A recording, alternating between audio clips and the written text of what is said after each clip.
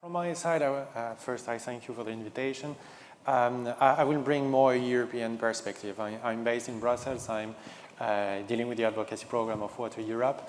And if we look at the climate-related issue and water, from our side, we see now, after 5 years of Green Deal, a sort of fatigue in terms of legislative wave that we got.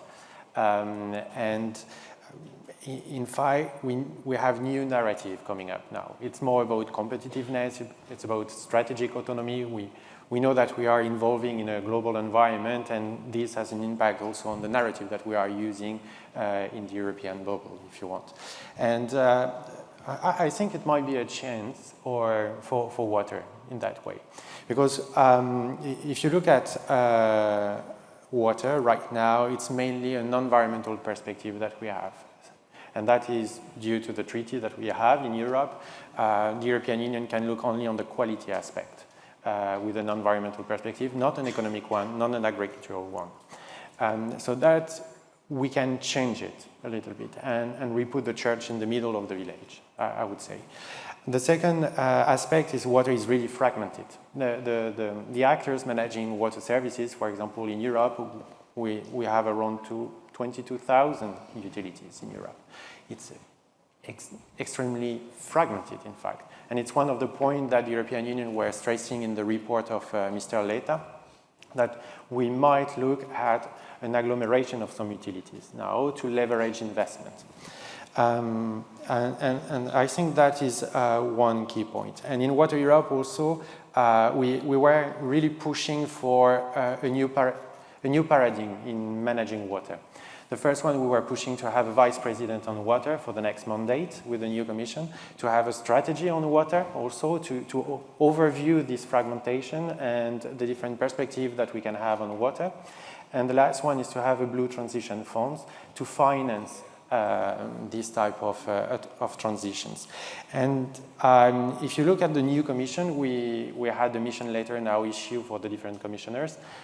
We are quite lucky. We have a commissioner for water now, Jessica Rosvall from Sweden. She will need also to deliver a water resilience strategy in the coming months. So that is a good news, I would say. Now this needs to be translated into action. And here it's the key challenge that we have. The European citizens are in favor of that. More than 78% of the EU citizens want more measures to tackling water-related challenges, including floods, droughts, water security, sustainability, and resilience. And you have also a big need. We just released in Water Europe a new study this Monday. And one of the key data that we have inside is that the utilities will need 255 billion euros in the next 6 years just to comply with the EU legislation. To give you an idea, and I will put in perspective with the European budget, it's more than the annual budget of the European Union right now. So we will need to have this investment, at least for the utilities to not pay fine, to be a little bit pragmatic, but also to deliver correctly the services.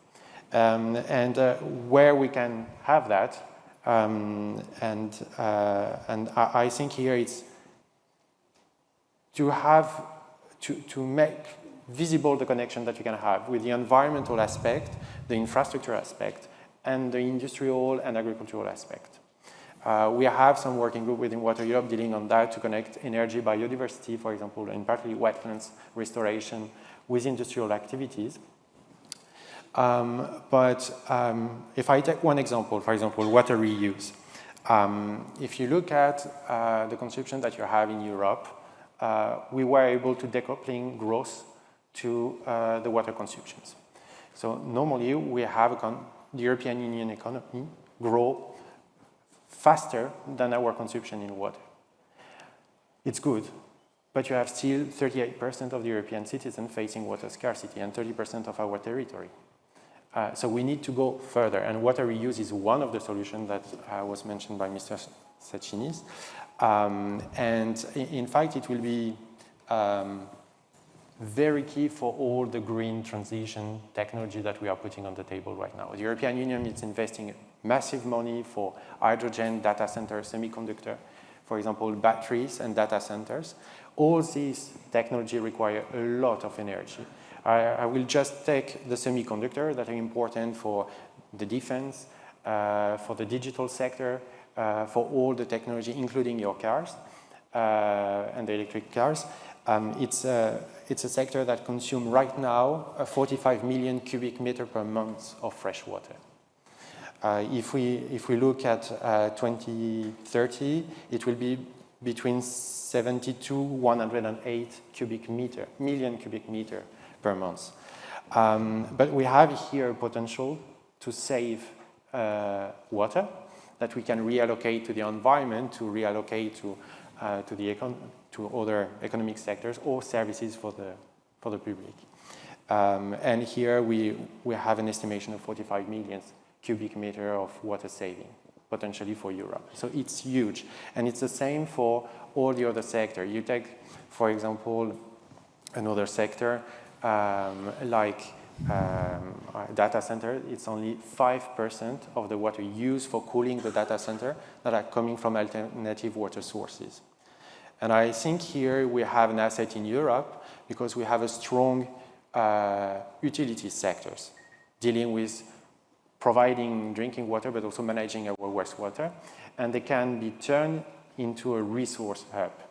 And it goes beyond only providing water for cooling the data center. It can be also to resource recovery. We can go in wastewater to recover phosphorus, for example, what we are importing the majority of our phosphorus. So that it's, but to achieve this transition and to make sure that we secure water or we reduce the dependence of this economic sector to water, we need to have the right leverage, including the financial one, but also the right drivers in the EU legislation. And we have some change now with the new Urban Wastewater Treatment Directive. It opened up, for example, the water reuse perspective, but we need to go further and we need to accelerate these transitions. Thank you very much.